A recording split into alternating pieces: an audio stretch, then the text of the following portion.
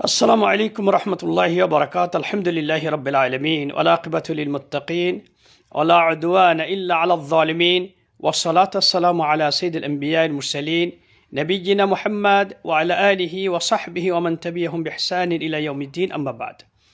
সুপ্রিয় দিনী ভাই বোনেরা, মুসলমানদের দুটো বাৎসরিক উৎসব ঈদুল ফিতর, ঈদুল আযহা।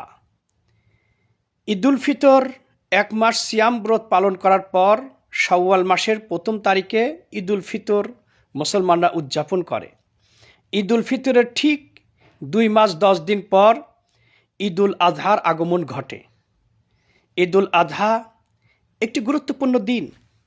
কেউ কেউ বলেছেন যে বছরের শ্রেষ্ঠতম দিন হচ্ছে ইয়াউমান নাহার, ঈদুল আযহার দিন। আবার কেউ বলেছেন শ্রেষ্ঠতম দিন হচ্ছে আরাফাতের দিন, কারণ এই দিনে আল্লাহ এত অধিক সংখ্যক বান্দাকে ক্ষমা করেন, বছরে অন্য কোনো দিন এত সংখ্যক বান্দাকে ক্ষমা করেন না। মা মিন ইয়াউমিন আকসারা মিন আইয়ুতিকাল্লাহু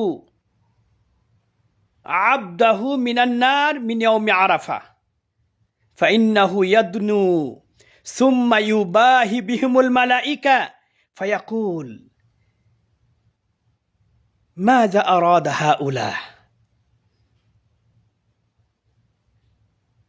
সুবহানাল্লাহ। আরাফাত দিবসে আরাফাত ময়দানে অবস্থানকারীদের জন্য সুসংবাদ। আল্লাহ ফেরেশতাদেরকে সাক্ষ্য রেখে বলেন, আমাদের এই সমস্ত বান্দারা এলো পাতারি চেহারা নিয়ে, বলিন চেহারা নিয়ে কাকুতি মিনতি স্বরে আমার কাছে তাদের গুনাহ খাতা মাফের জন্য প্রার্থনা করছে। ফেরেশতা গো, তোমরা সাক্ষী থাকো, আমি আমার এই সকল বান্দাদের গুনাহ খাতা মাফ করে দিলাম। মান হাজ্জা ফালাম ইয়ারফুস ওয়ালাম ইয়াফসুক রাজা মিন যুনুবিহি কাইমি ইয়াউমি ওয়ালাদাতু উম্মু। ঈদুল আযহা অত্যন্ত গুরুত্বপূর্ণ দিন। যারা কুরবানি করতে ইচ্ছুক তাদের ব্যাপারে রাসূল সাল্লাল্লাহু আলাইহি ওয়াসাল্লামের একটি বাণী আমরা তাদেরকে স্মরণ করে দিতে চাই। তাহলে একজন মুসলিম নরনারীর উচিত যে ইসলামের খুঁটিনাটি বিধানগুলো আমলে নেওয়া, বাস্তবায়ন করা, কোনোটাকে অবহেলা করা উচিত নয়। যারা কুরবানি করতে ইচ্ছুক তারা জিলহজ মাসের চাঁদ দেখা মাত্রই এই ঈদের নামাজ পড়ার আগ পর্যন্ত শরীরের কোনো অংশ স্পর্শ করবে না। স্পর্শ করার অর্থ হচ্ছে শরীরের কোনো পশম উঠাবে না, হাত পায়ের নখ কাটবে না, নাভির নিচে বগলের চুল পরিষ্কার করবে না, গোপ পরিষ্কার করবে না। এইগুলো পরিষ্কার করা থেকে, এইগুলো কর্তন থেকে সম্পূর্ণরূপে বিরত থাকবে। উম্মুল মুমিনিন উম্মে সালামা রাদিয়াল্লাহু তাআলা আনহা থেকে বর্ণিত, তিনি রাসূল সাল্লাল্লাহু আলাইহি সাল্লাম থেকে বর্ণনা করেন, রাসূল সাল্লাল্লাহু আলাইহি সাল্লাম বলেন, ইজা দাখালাতিল আশর ওয়া আরাদা আহাদুকুম আইয়ুদহিয়া ফালা ইয়ামাসসা মিন শা'রিহি ওয়া বাশারিহি শাইআ। মুসলিম শরীফের হাদিস। ঈদুল আযহার অর্থাৎ জিলহজ মাসের চাঁদ উদিত হলে তখন থেকে শুরু করে ঈদের নামাজ পড়ার আগ পর্যন্ত যেই ব্যক্তি, পুরুষ হোক মহিলা হোক, যার অর্থায়নে কুরবানি পশু জবাই করা হবে, যার পক্ষ থেকে, জবাই তো আমরা আল্লাহর নামেই করব, সে যেন এই 10 দিন শরীরের কোনো পশম যেন না কাটে, হাত পায়ের নখ যেন না কাটে, নাভির নিচের বগরের চুল যেন না কাটে।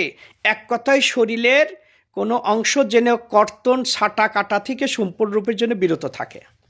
ইমাম আহমদ বিন হাম্বল রাহিমাহুল্লাহ, ইমাম ইসহাক বিন রাহুয়া রাহিমাহুল্লাহ সহ বেশ কিছু উলামায়ে কেরাম বলেছেন যে এইগুলো এই 10 দিনে কুরবানি দাতা শরীরের কোনো কিছু কর্তন থেকে বিরত থাকা ওয়াজিব, এবং এই কয়েকদিনে শরীরের কোনো কিছু কর্তন করা হারাম।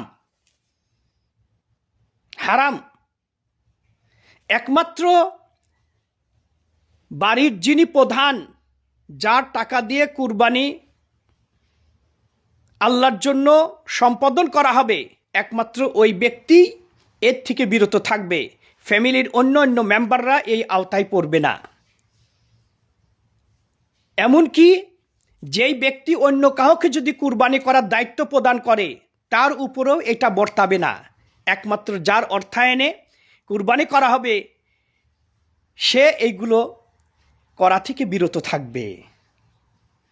তবে কতিপয় উলামায়ে কেরাম বলেছেন, যে ব্যক্তি কুরবানি করতে অক্ষম, কুরবানি করার সামর্থ্য নেই, সেই ব্যক্তিও যদি এই কয়েকদিন এই শরীরের কোনো পশম কাটা থেকে যদি বিরত থাকে, আল্লাহ সুবহানাহু ওয়া তাআলা তাকেও নেকি দান করবেন। আসুন, আল্লাহ আমাদের যাদেরকে আর্থিক সচ্ছলতা দান করেছেন, আমরা এই বাৎসরিক ইবাদতটি সম্পাদন করি।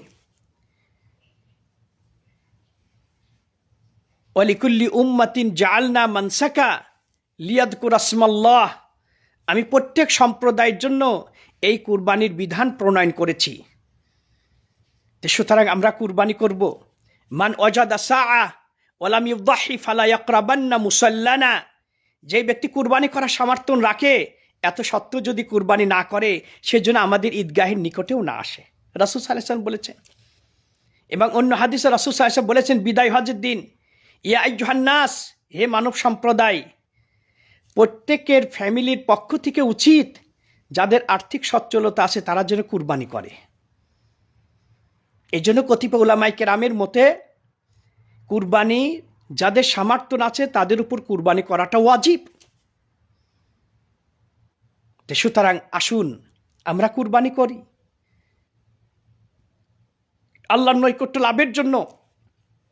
এই ক্ষেত্রে আমরা লৌকিকতা পরিহার করব, মানুষ দেখানো ভাব যেন না থাকে। অনেকের অবস্থা এমন যে কুরবানির সময় ঘনিয়ে আসলেই, কুরবানির ঈদের বেশ কিছুদিন আগেই মোটা অঙ্কের টাকা দিয়ে কুরবানি কিনে বাড়ির আঙিনায় বেঁধে রাখে, লোকজন যাতে দেখে যে হ্যাঁ, ওনাকে আপনারা বখিল মনে করেন, অন্য অন্য জনকল্যাণমূলক খাতে অর্থ ব্যয় করে না, দেখেন কত টাকা দিয়ে হেমিয়া কুরবানি করছে। আল্লাহ মাফ করুন। লা ইয়ানালুল্লাহু লুহুমুহা ওয়ালা দিমাউহা ওয়ালাকিন ইয়ানালুহু তাকওয়া মিনকুম। আল্লাহর নিকটে কোন ব্যক্তির পশু কত হৃষ্টপুষ্ট, এই পশু এবং পশুর রক্ত আল্লাহর কাছে পৌঁছায় না, বরং আল্লাহর কাছে পৌঁছায় এই পশু কুরবানি করার পিছনে কার মধ্যে কতটুকু তাকওয়া আছে, আল্লাহর ইখলাস, আল্লাহ ভীরুতা, আল্লাহর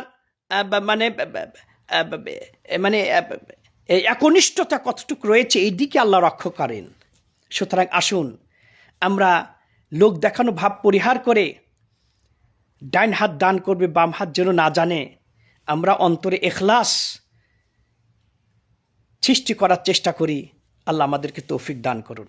কতিপয় উলামায়ে কেরাম বলেছেন যে কুরবানির সময় যেহেতু লিমিটেড সময়, যারা হচ্ছে সরকারি অথবা বেসরকারি প্রতিষ্ঠানে চাকরি করে, যারা মান্থলি সম্মানী পান, হইতে পারে কুরবানি এই মাসের মিডিলের টাইমে কুরবানির সময় উপস্থিত হলো, এইদিকে তিনি সম্মানী পেলেন না, বেতন পেলেন না, কিন্তু তার কুরবানি করার ইচ্ছা। এই ক্ষেত্রে শাইখ বিন বাজ সহ বেশ কিছু উলামায়ে কেরাম বলেছেন, প্রয়োজন হলে টাকার ঋণ নিয়ে হলেও সে কুরবানির পশু ক্রয় করবে, বেতন পাওয়ার সঙ্গে সঙ্গে সেটি পরিশোধ করবে। কারণ কুরবানির সময় হচ্ছে লিমিটেড, কুরবানির দিন এবং কুরবানির পরবর্তী 3 দিন আইয়ামে তাশরিকের শেষ দিন পর্যন্ত। আল্লাহ রাব্বুল আলামিন আমাদের সকলকেই এই গুরুত্বপূর্ণ ইবাদত সম্পাদন করার তৌফিক দান করুন। হাদা আল্লাহু আলাম ওয়া সাল্লাল্লাহু নবিনা মুহাম্মদ ওয়া আলা আলিহি ওয়া সাহবিহি আজমাইন। আসসালামু আলাইকুম ওয়া রাহমাতুল্লাহি ওয়া বারাকাতুহু।